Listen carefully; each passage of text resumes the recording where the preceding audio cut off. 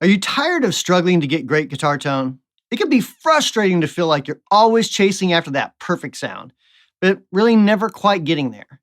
And buying new gear can be expensive, especially if you're not quite sure if that new gear is actually going to even make a difference. But if you're looking for ways to improve your guitar tone without spending any money, you're in the right place. Because in this video, I'll be sharing 11 tips on how to improve your guitar tone, including techniques for better playing and tips for getting the most out of the guitar gear that you may already have.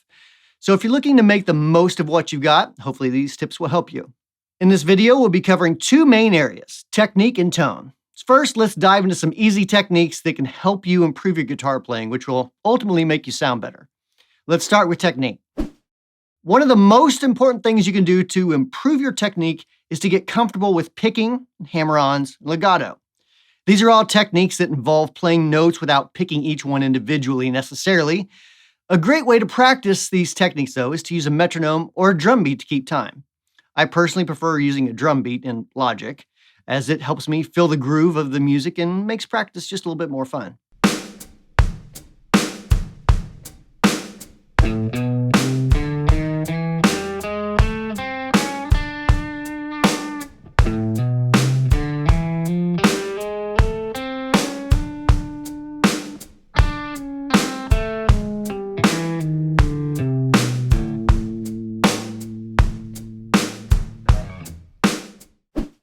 Another important technique to focus on is bending in key. So this means being able to bend the strings of the guitar to hit specific notes in the scale, of course. And this is a great way to add expression and emotion to your playing, as you're probably well aware of, and it can make a big difference in the overall sound of your playing.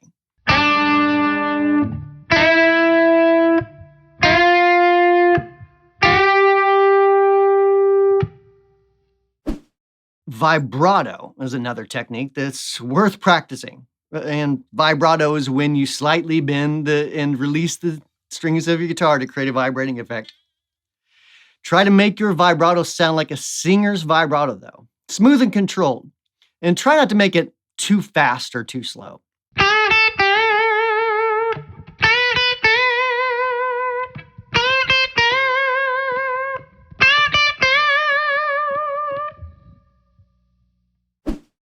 Practice at least a little bit every day, even if it's just for 5 minutes.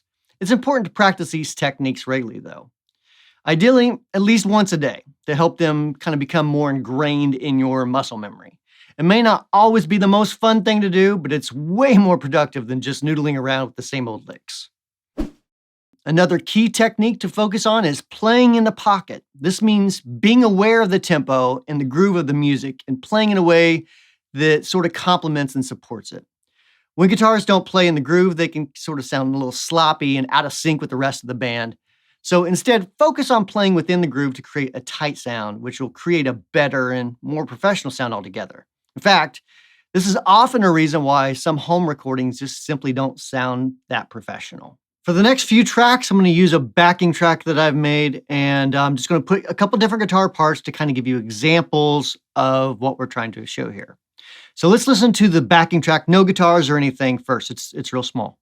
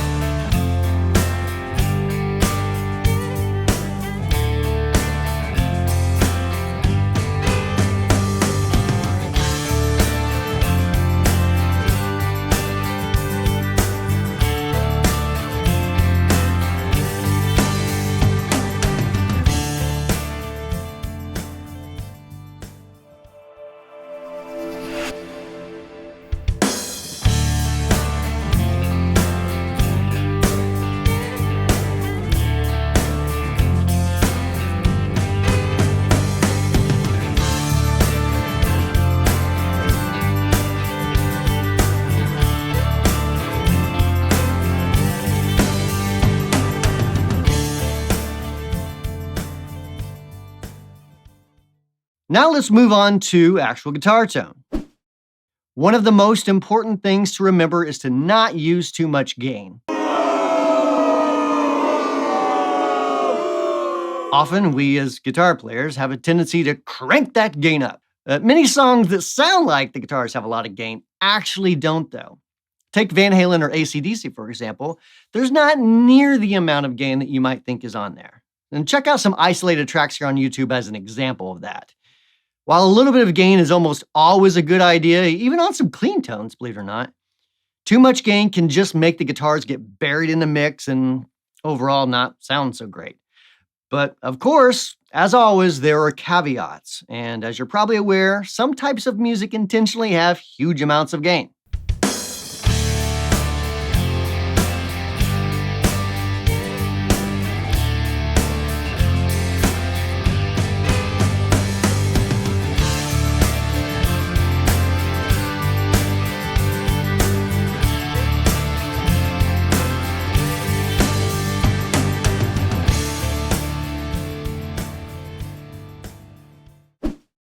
Another important tip is to remember that the guitar lives in the mid-range. What I mean by that is that most of the important frequencies in the guitar are found in the mid-range of the frequency spectrum.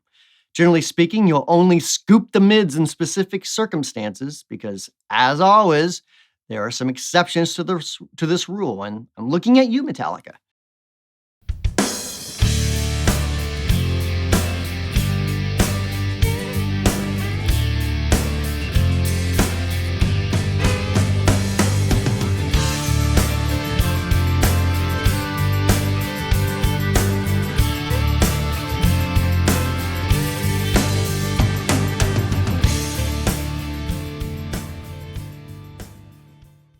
Many times, the huge, beefy guitar sounds in popular songs are actually a bit thin when you isolate them.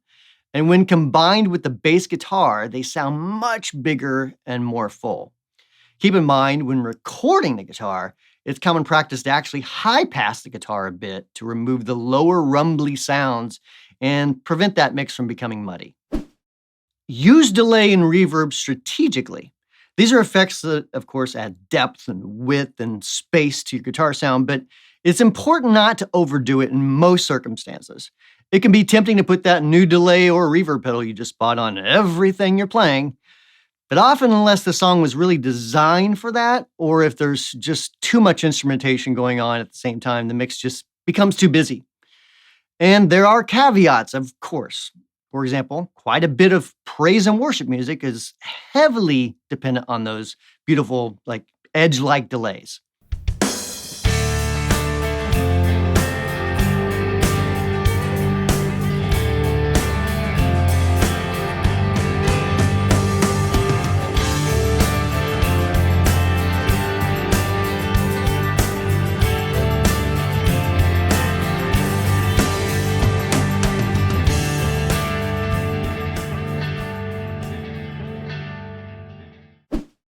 Another tip is to be careful not to overcompress unless the song calls for it. Compression, or limiting, is a technique that evens out the dynamics of the guitar playing, kind of making the loud parts quieter and the quiet parts louder. And while compressors can be very handy to have, especially for clean parts to sound fuller, if you overdo it, your guitar tone kind of becomes mushy and loses its punch. But again, more caveats. An example is like early 90s country. And even some funk. Tons of compression on guitar is fairly normal on some things. Ultimately, play what's right for the song. Make sure to tune your guitar regularly. I know this sounds silly, but it's important to be almost religious about this. Ever notice how whenever you see a concert, there's guitar changes on at least every few songs, and often every song? This is partly because there's a guitar tech who's tuning the guitar and getting it ready for the performer, so it's always in tune.